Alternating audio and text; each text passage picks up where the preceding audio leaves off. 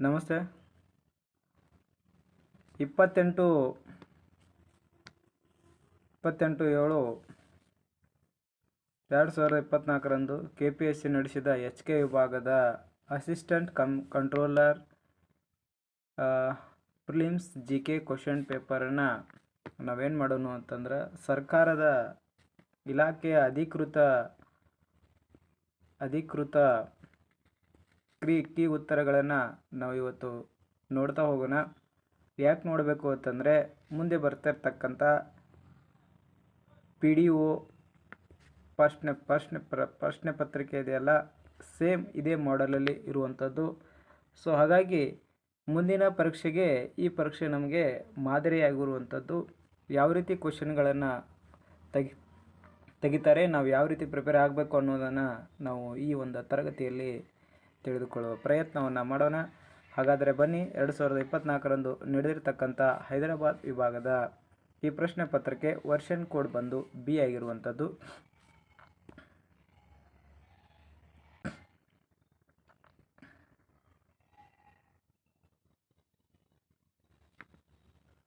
Okay, 28ರಂದು ನಡೆದಿರೋಂಥ ಈ ಪರೀಕ್ಷೆ ಮೊದಲನೇ ಪ್ರಶ್ನೆ ನಾವಿಲ್ಲಿ ನೋಡೋದಾದರೆ, ಮೀರತ್ನಿಂದ ಬಂದು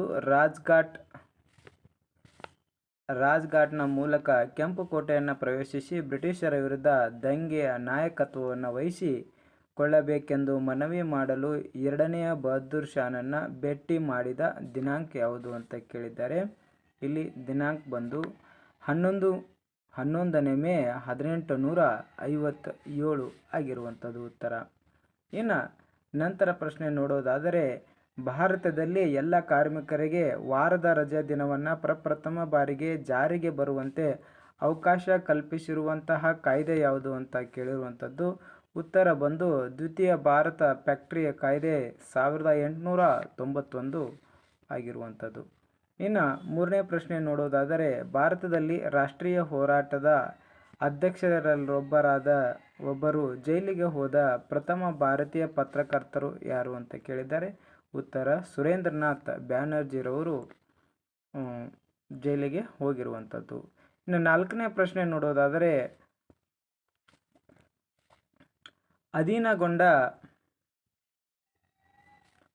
ಅಧೀನಗೊಂಡ ಜನರಿಗೆ ಆತ್ಮವಿರುವುದಿಲ್ಲ, ಗುಲಾಮನಿಲ್ಲದಿರುವಂತೆ ಆತ್ಮವಿಲ್ಲದ ದೇಶವು ಗಾಡಿ ಎಳೆಯುವ ಮೂಕ ದನಗಳಿದ್ದಂತೆ ಎಂದು ಹೇಳಿದವರು ಯಾರು ಅಂತ ಕೇಳಿದ್ದಾರೆ. ಉತ್ತರ ಲಾಲಾ ಲಜಪತ್ ರಾಯರವರು. ಇನ್ನೊಂದು ಸಾರಿ ಹೇಳ್ತೀನಿ ನೋಡಿ. ಅಧೀನಗೊಂಡ ಜನರಿಗೆ ಆತ್ಮವಿರುವುದಿಲ್ಲ, ಗುಲಾಮನಿಗಿಲ್ಲದಿರುವಂತೆ ಆತ್ಮವಿಲ್ಲದ ದೇಶವು ಗಾಡಿ ಎಳೆಯುವ ಮೂಕ ದನಗಳಂತೆ ಎಂದು ಹೇಳಿದವರು ಯಾರು ಅಂತಂದ್ರೆ ಲಾಲಾ ಲಜಪತ್ ರಾಯರವರು. ಇನ್ನು ಪ್ರಶ್ನೆ 5,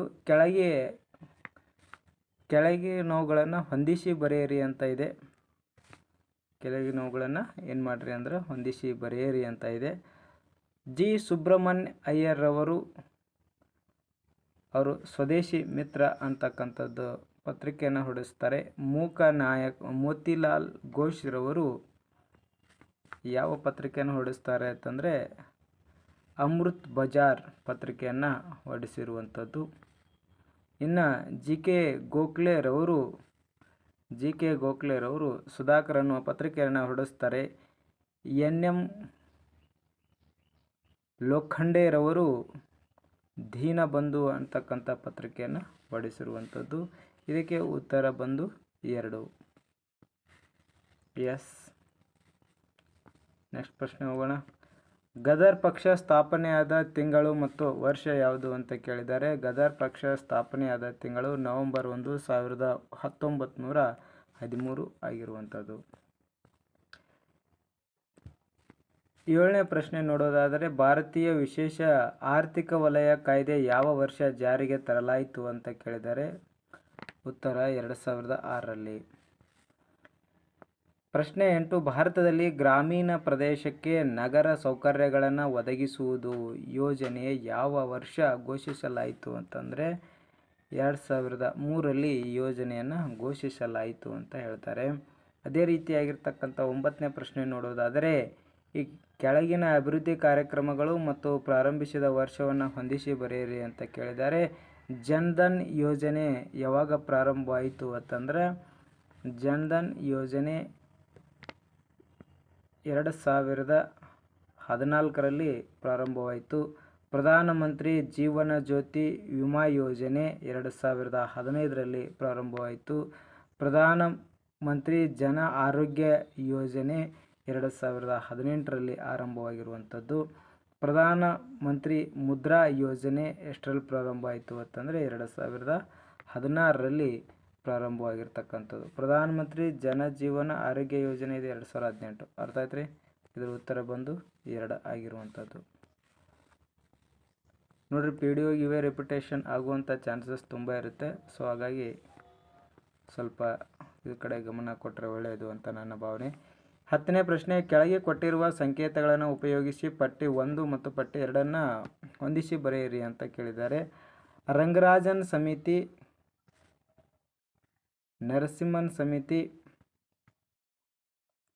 ರಂಗರಾಜನ್ ಸಮಿತಿ ಯಾವುದಕ್ಕೆ ಸಂಬಂಧಿಸಿದ್ದು ಅಂತಂದರೆ ಬಡತನವನ್ನು ಅಂದಾಜು ಮಾಡ್ತಕ್ಕಂಥ ಸಮಿತಿ.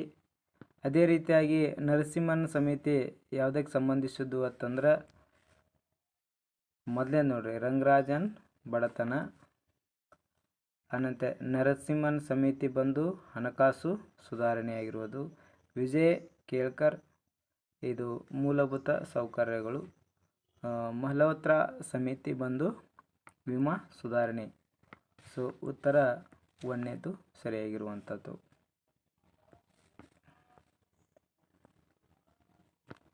ನೋಡಿ, ಇಲ್ಲಿ ಪ್ರಶ್ನೆ ಹೀಗಿದೆ. ನಾವು 52 ಕಾರ್ಡ್ಗಳ ಪ್ಯಾಕೆಟ್ನಿಂದ ಯಾದೃಚ್ಛಿಕವಾಗಿ 2 ಕಾರ್ಡ್ಗಳನ್ನು ಡ್ರಾ ಮಾಡಿದರೆ 2 ಡೈಮಂಡ್ಗಳು ಸಂಭವನೀಯತೆ. ಇದು ಮೆಂಟಲ್ ಅಬಿಲಿಟಿ ಇರುವುದರಿಂದ 1ನೇ ಉತ್ತರ ಸರಿಯಾಗಿರುವಂಥದ್ದು. Okay, let's go. ಟಿಫಲ್ ಪಾಯಿಂಟ್ನಲ್ಲಿ ಅಂತ ಕೊಟ್ಟಿದ್ದಾರೆ. ತಾಪಮಾನದ ಒತ್ತಡದ 2ನೇ ನಿಗದಿ ಆಗಿರುವಂಥದ್ದು ಅಂತ ಉತ್ತರ. ಇನ್ನು ನೆಕ್ಸ್ಟ್ 13ನೇದಕ್ಕೆ 4ನೇದು ಉತ್ತರ ಸರಿಯಾಗಿರುವಂಥದ್ದು. ಇನ್ನು 14ನೇದು ಮೆಂಟಲ್ ಅಬಿಲಿಟಿ ಇದೆ ನೋಡಿ. 14ನೇದು, ಎ ವ್ಯಕ್ತಿಯು ಒಂದು ಕೆಲಸವನ್ನು 35 ದಿನಗಳಲ್ಲಿ ಪೂರ್ಣಗೊಳಿಸಿದ್ದು, ಬಿ ವ್ಯಕ್ತಿಯು ಎಗಿಂತ 40% ಹೆಚ್ಚು ದಕ್ಷತೆಯಿಂದ ಬಿಯು ಎಷ್ಟು ದಿನಗಳಲ್ಲಿ ಕೆಲಸ ಮಾಡುತ್ತಿದ್ದಾನೆ ಅಂತಂದರೆ 25 ದಿನ ಅಂತ ಉತ್ತರ ಕೊಟ್ಟಿರುವಂಥದ್ದು. ಇನ್ನು 15ನೇ ಪ್ರಶ್ನೆ ಮೆಂಟಲ್ ಅಬಿಲಿಟಿ ಇದೆ, ಅದು 4ನೇ ಉತ್ತರ. 16ನೇ ಪ್ರಶ್ನೆ ಮೆಂಟಲ್ ಅಬಿಲಿಟಿ ಇರುವುದು, ಅದರ ಉತ್ತರ 3. 17ನೇದು 3. ಇನ್ನು 18ನೇದು 1. ಇನ್ನು 19 2. ಅದೇ ರೀತಿಯಾಗಿ 20 3, 21 2, 22 4, 23 2. ನೋಡ್ರಿ, ಇದು ಸೈನ್ಸ್ ಕ್ವಶನ್ ಇದೆ. ಬಿಳಿ ಬಣ್ಣದ ಇರುವ ವರ್ಣದ್ರವ್ಯವನ್ನು ಆಯ್ಕೆ ಮಾಡಿ ಅಂತ ಕೊಟ್ಟಿದ್ದಾರೆ. ಉತ್ತರ ಬಂದು 2 ಆಗಿರುವಂಥದ್ದು. ಇನ್ನು ಸ್ಯಾನಿಟೈಸರ್ನ ಯಾವ ರಾಸಾಯನಿಕಗಳಿಂದ ಸಂಯೋಜನೆ ಮಾಡಲಾಗಿದೆ ಅಂತ ಕೇಳಿದ್ದಾರೆ. ಯಾವ ರಾಸಾಯನಿಕ ಅಂತಂದ್ರೆ ಇಥನಾಲ್ ಮತ್ತು ಐಸೋಪ್ರೋಪನಾಲ್ ಅಂತಕ್ಕಂಥದ್ದು. ಸ್ಯಾನಿಟೈಸರ್ ಇತ್ತೀಚೆಗೆ ಕೊರೋನಾ ಬಂದಂಥ ಸಂದರ್ಭದಲ್ಲಿ ಅತಿ ಹೆಚ್ಚು ಬಳಕೆ ಮಾಡಿರ್ತಕ್ಕಂಥ ಒಂದು ಸೂಕ್ಷ್ಮಾಣುಜೀವಿಯ ನಿರೋಧಕವಾಗಿರುವಂಥದ್ದು. ಇನ್ನು 26ನೇ ಪ್ರಶ್ನೆಗೆ ಉತ್ತರ 3. ಇನ್ನು 27ನೇ, ಕೆಳಗಿನ ಮಾಹಿತಿಯನ್ನು ಎಚ್ಚರಿಕೆಯಿಂದ ಓದಿ ಕೆಳಗೆ ನೀಡಲಾದ ಪ್ರಶ್ನೆಗಳಿಗೆ ಉತ್ತರಿಸಿ ಅಂತ ಕೊಟ್ಟಿದ್ದಾರೆ. ಉತ್ತರ ಮೇಲಿನ ಎಲ್ಲವುಗಳು ಆಗಿರುವಂಥದ್ದು. ಇನ್ನು ಕೊಟ್ಟಿರುವ ಸರಣಿಗಳನ್ನು ಪೂರ್ಣಗೊಳಿಸಿ ಅಂತ ಕೇಳಿದ್ದಾರೆ. 28ನೇ ಪ್ರಶ್ನೆಗೆ 42 ಸರಿಯಾಗಿರುವಂಥದ್ದು. ಸ್ಪೀಡ್ ಆದವರು ವಿಡಿಯೋನ ಪಾಸ್ ಮಾಡಿ ನೀವು ನೋಡ್ಕೋಬೋದು. ಸಮಾನ ಉದ್ದದ 2 ರೈಲುಗಳು ಅಂತ ಇದು ಕೊಟ್ಟಿದೆ ಮೆಂಟಲ್ ಅಬಿಲಿಟಿ. ಇದು 60 ಸೆಕೆಂಡ್. ಈ ಕೆಳಗಿನ ಯಾವುದು, ಇದು ಪೊಲಿಟಿಕಲ್ ಸೈನ್ಸ್ ಪ್ರಶ್ನೆ ಇದೆ ನೋಡಿ, ಕೆಳಗಿನ ಯಾವುದು ಕ್ಯಾಬಿನೆಟ್ ಮಿಷನ್ ಯೋಜನೆಯ ಮುಖ್ಯ ಶಿಫಾರಸುಗಳಾಗಿವೆ ಅಂತ ಕೇಳಿದ್ದಾರೆ. ಇಲ್ಲಿ ಉತ್ತರ,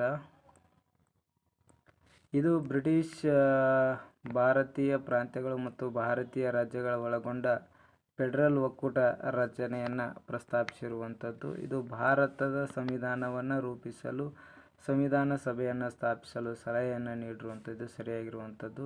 ವಿವಿಧ ರಾಜಕೀಯ ಪಕ್ಷಗಳ ಪ್ರತಿನಿಧಿಗಳನ್ನು ಒಳಗೊಂಡ ಮಧ್ಯಂತರ ಸರ್ಕಾರವನ್ನು ಸ್ಥಾಪಿಸೋದು, ಇದು ಕೂಡ ಸರಿಯಾಗಿರುವಂಥದ್ದು. ಪ್ರತ್ಯೇಕ ಮುಸ್ಲಿಂ ರಾಜ್ಯದ